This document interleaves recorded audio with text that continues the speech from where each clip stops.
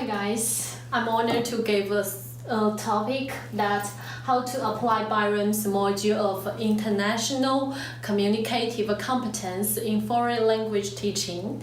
And our presentation is divided into three parts.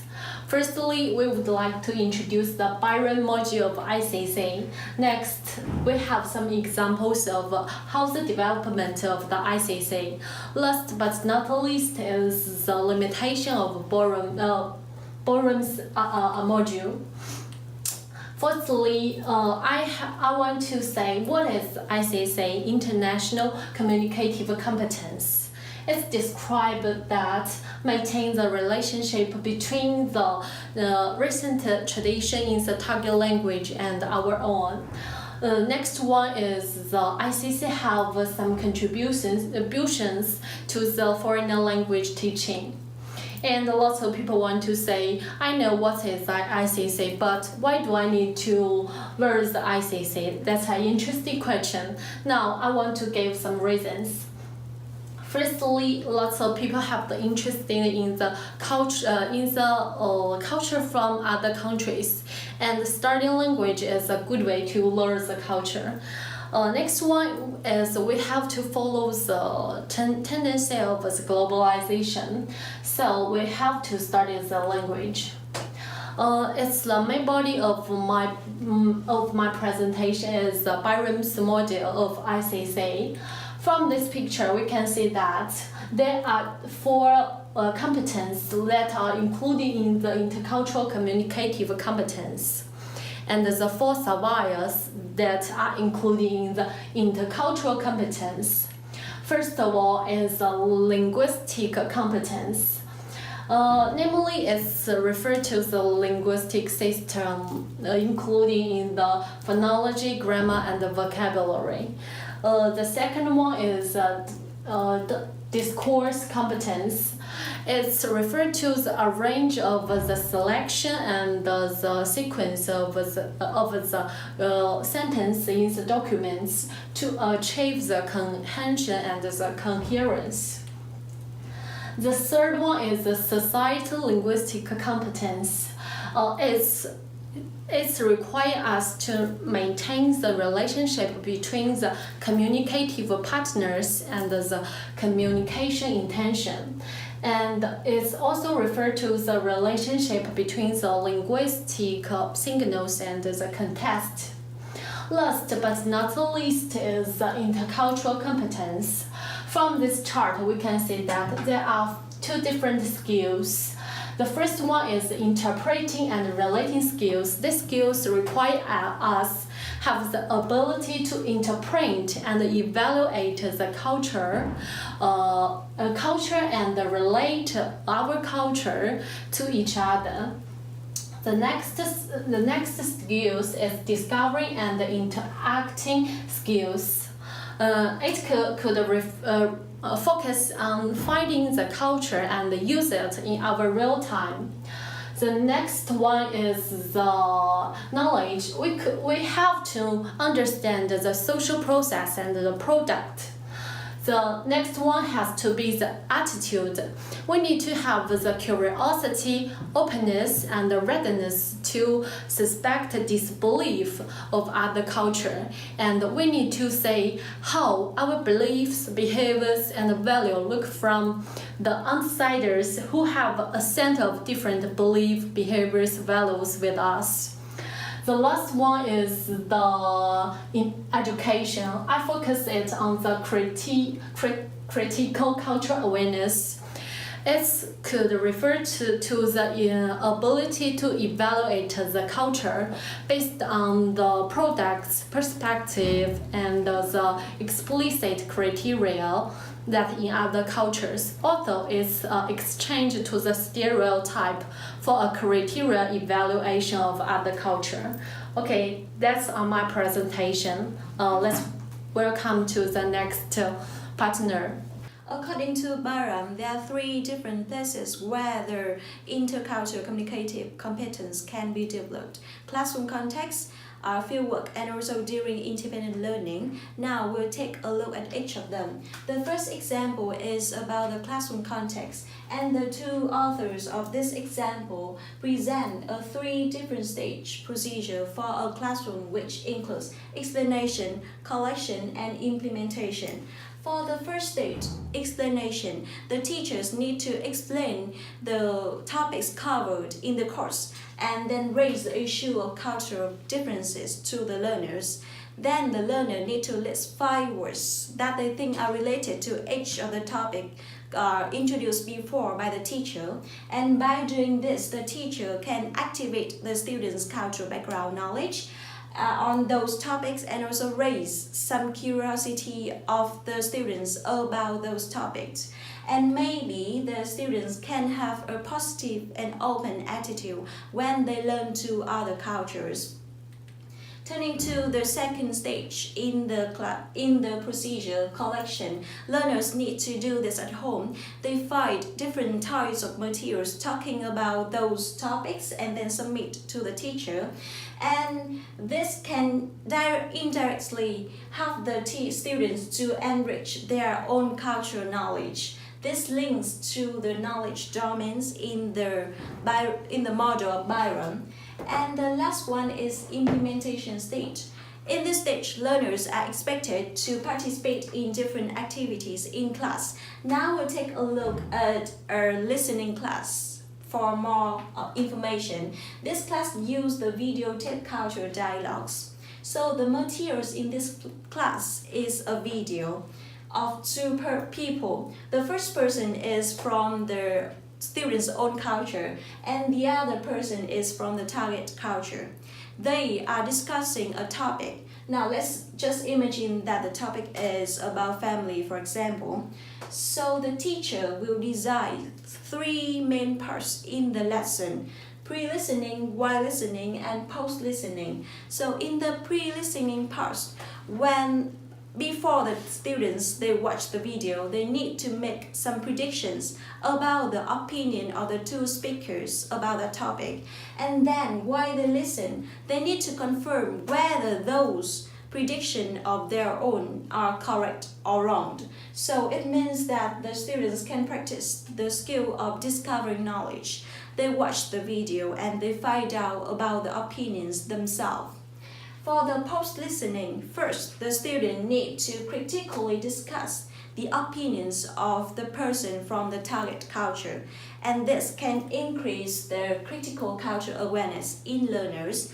And then the student also needs to identify the differences in terms of the interaction manners of the 2 speakers in the video, such as about eye contact or pauses or even gesture. And by doing this, the students is applying the relating skill. The students need to relate to their own culture to make a comparison between the 2 cultures, their own culture and target culture. So after this listening class, besides practicing the listening skill, students can also acquire more knowledge about their different culture, the target culture. And once they are more knowledgeable about one topic, they can have an open mind and a positive attitude toward the target culture. So that's an example where the teacher can enhance the intercultural communicative competence in learners. And interestingly, we also find some guidelines for teachers to develop this competence. And this is presented by Byram and some of his partners. So the teacher needs to encourage comparative analysis with the learner's own culture and also design a series of activities to enable the learners to discuss and draw the conclusion from their own experience of the target culture. And here we need to emphasize on the importance of materials used in the classroom. And next we will move to another example. Okay, here is the example 2 of critical incident. And I will start with a short story. A Chinese policeman went to ask his supervisor, which is British, for some leave because of some family issues. Instead of talking about his purpose directly, he beat around the bush, and of course, in the end, he did not get what he wanted. But it was not all his fault. Why? Because the supervisor knew exactly what he wanted, but just wouldn't respond at the Chinese way of doing things. And just now in our story, I said both of them were to blame. Why? Okay, first of all, I won't answer, but I will ask you some questions. As a speaker, would you stick to your own way of thinking, or should you adapt to the listener's way of thinking? And as a listener, would you impose your own way of thinking to the speaker, or would you be sensitive and tolerant of the speaker's way of thinking? Well, you don't have to answer now. And let's talk about the story again. If we change the British supervisor to Hispanic, then the conversation would go like, hey, the Chinese say, okay, hey, can I ask for some leave? And the supervisor said, you must not be worried. Do you want to take a leave and take care of your mother? Okay, why change? Okay, the first reason is about power play. Members of dominant language group feel perfectly empowered to demand that a non-native speaker should carry the majority of responsibility in the Communicative Act. And the second is about communicative burden. And the second about communicative burden. When a non-native speaker comes into contact with a native speaker, a non-native speaker who is also incoherent or unclear, the first response is usually to share the communicative burden and take other factors into consideration. Okay, now about the questions. Overall, they were all about effective intercultural communication, and from it we can come to the conclusion that communicating effectively and appropriately involves both the speaker and the listener. And this demands the speaker from the dominant cultures apply the same willingness to share the communicative burden when interacting with a person who is non-native speaker. And this can relate to Byram's intercultural communicative competence and this fieldwork. Fieldwork may be a short visit organized by a teacher for a group of learners who continue to work as a class with their teacher. It can also be a long-term period of residence organized and by individual learner who has limited or no contact with the teacher and other learners during the stay. Okay, learners may experience some degree of culture shock. And young children can feel homesick or even physically ill as a consequence of suddenly being a new environment. And so can adults. Teachers have the responsibility to prepare for this reaction and take advantage of this opportunity to give learners to decenter, which is to make the strange familiar and to make the familiar strange. In other words, the study or the visit or exchange is an opportunity to promote attitudes of intercultural speaker. And take this example, take this story as an example. Teachers should prepare students with the awareness of might encounter both native English speaker and non-native English speakers. What students should do is willing to share the community burden and apply sympathy, respect, and tolerance in communicating with speakers from different cultural and linguistic backgrounds. And the whole teaching process can be done through 3 phases. And in the preparatory phase, learners need to externalize their thoughts, excitements, and anxieties about their village. For example, they can think about what they might meet when during their visit to the place they are going to go. And in the fieldwork phase, and they will be surrounded and immersed in a new environment and learn consciously and unconsciously through all senses. Learners can jot down their feelings of their village, and in the follow-up phase, after return home, the emphasis should be on further reflection on individual experience, so they can share and compare the other environment and the people who live there. Okay, next is the example of language biography. Another approach to learn about intercultural competence is language biography. Language biographies are part of the European language portfolio, which is a document where students can reflect and record their experiences that they made with other cultures. It's also motivating for learner, and it provides a record for their linguistics and intercultural skills. It is also there to support learners' autonomy, which is one of Byram's locations where you learn about intercultural awareness. Now, we took a look at the language portfolio for juniors, for beginners or children, and they have those can-do statements like I can understand and speak in several languages, or I have contacts with pen friends from other countries or visited other countries, or I've watched films or read books from other countries, or I have family or friends from other countries. And all those are resources they can draw upon to increase their knowledge of other cultures. Another way is things I notice about language and culture. So when they were on holiday, something stuck out, they write it down, and the idea is to reflect on it, to increase their skills about relating cultural experiences to their own culture. Another way are those statements where students can color in those bubbles, such as to increase knowledge or to show what they already know. So they know several different languages maybe, or they have listened to stories, or know about traditional celebrations, or they have learned songs from different countries. Those are all elements that enhances their knowledge.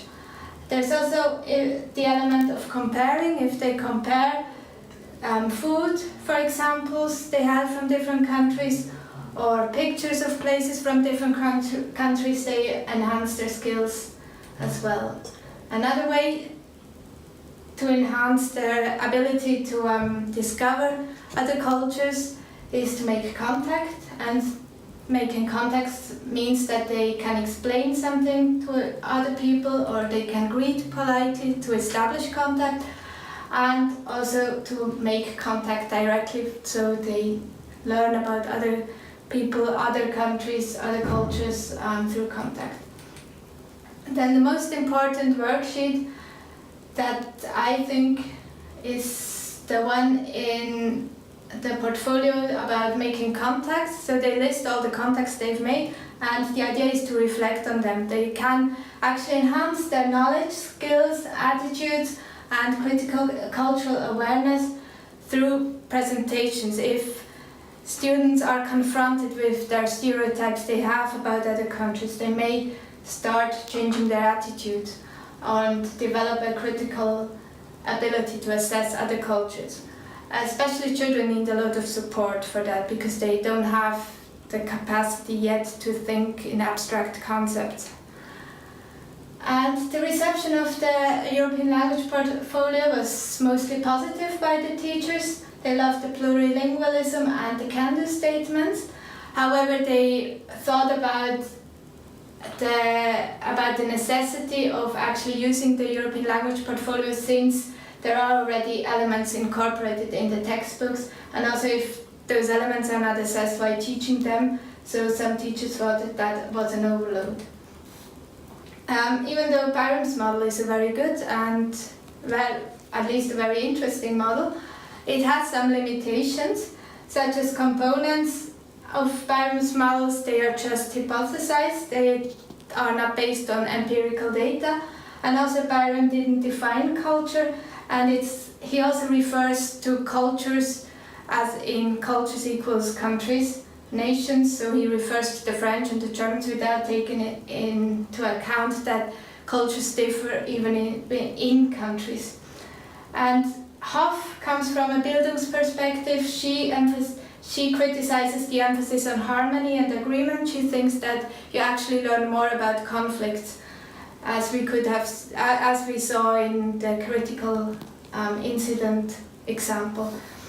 Teachers does have to make sure that they do not create more stereotypes, and they actually are able to discuss them with students critically. Here are the references we used, and we thank you for your attention.